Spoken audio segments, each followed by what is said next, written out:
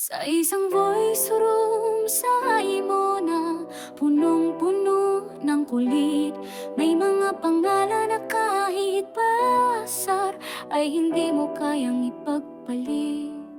Mga bulirawo, pero kung totoo lang, sila rin ang unang dadamay kapag wala ka ng ibang matakbuhan. Unahin natin ang owner ng SER. Owner backfire na mamula-mula ang labi, pero pag nagalit parang dragon sa poy ng salita. Malapad man ang noo, malawak din ang isip. Mabait sa loob pero minsan makulit, parang adik. Singhot ng singhot, di mapakali. Kahit saglit, laging katabi. Si Puli dusas luto, hindi mo matitinag. Dahimik kung titingnan pero may mga hirit na bigla kang mapapabagsak. Sa umpisa, parang hindi mo makaka-vibe, pero pag nakuha mo ang kiliti niya, mapapalapit ka sa tunay ng hype. Giver scammer, ang laging binibiktima sa spoken poetry. Scammer daw sabi ng iba, pero siya rin ang madalas mamigay sa buong family. Gcash mo, akin na, yan ang linyang pamatay. Mapagbigay sa mga bunso sa SER, kahit minsan napagbibinta ng walang kasalanan ay. At si Ihenz ang reyna ng mga bakasyonistang ukak. Laging nawawala pero ang puso nakabaon pa rin kay Giver swak na swak.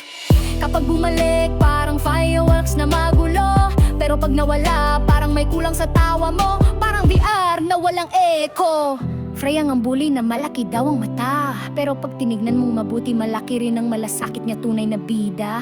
Best friend si Burak Day, flat daw ang dibdib, pero kahit anong angle siya, yung tunay na solid. Hindi maramot, hindi mabilis magtampo o maglibi ng galit. Genyen, ang plywood na minsang patagang hugis, pero sa VR siya yung kayang magpatawa kahit ikaw pa'y umiiyak sa luhang ubos. Pag pinagsama ang dalawang yan, riot ang kalalabasan. Parang TNT sa chat, sabog ang tawanan, walang atrasan. Ang babalik ni Blacklist, certified babaero, sabi ng chismis, pero laging naloloko sa love life, laging may twist. Laging angat sa pormahan, bagsak sa commitment, pero sa GC loyal yan, minsan lang talaga masyadong playful sa sentiments. Lock, ang misteryosong lalaki sa SVR, parang multo kung magparamdam, pero pag nandyan, nakakatuwa sa avatar. Tahimik man, pero malalim ang damdamin. Isa siya sa mga tropang walang arte diretso, totoo walang halong plastika. Umilyang asar na makukulit, pero totoo mga asar talo, pero wala kang hahanapin iba rito. Kahit tawagin mo kaming mga pasaway sa VR, alam mo kami rin ang unang tatawag sa'yo sa gabi.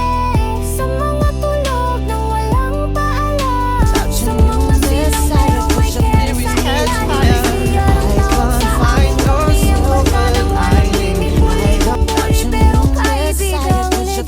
Pag graphics ang usapan, walang makakatalo. Logo pa lang ni JC, parang likha ni Picasso. Pag sinabing pa-design na ba may makapagad, ang galing ni JC hindi lang sa gawa, pati sa puso astig na kaagad. Baristang bully ni Darkfire sa SPI, oy. Pero pag broken heart, siya rin ang unang tawa sa'yo at magbibigay ng zoom. Bumabalik lang sa VR pag single at malungkot.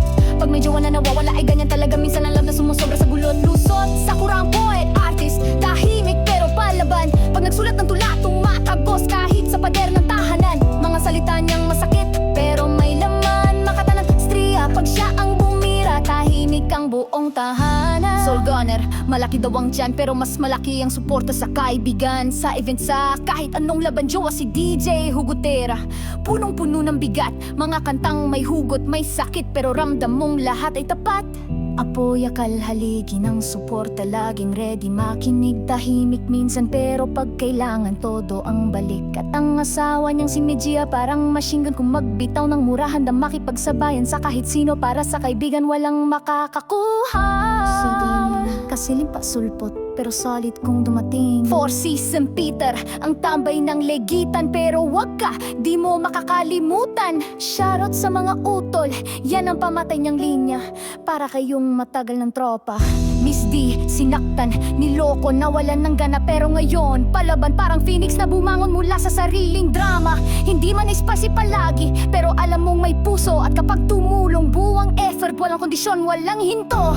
At syempre si Kale, bagong salta pero parang luma, kalog, masayahin, parang laging may sariling voice room. Pamilya ni kahit may sablay, laging nandyan sa kasir. Voice room, hindi ka iiwanan kahit pa magdaway. Bully sa salita pero langgam sa duwa, pamiluhan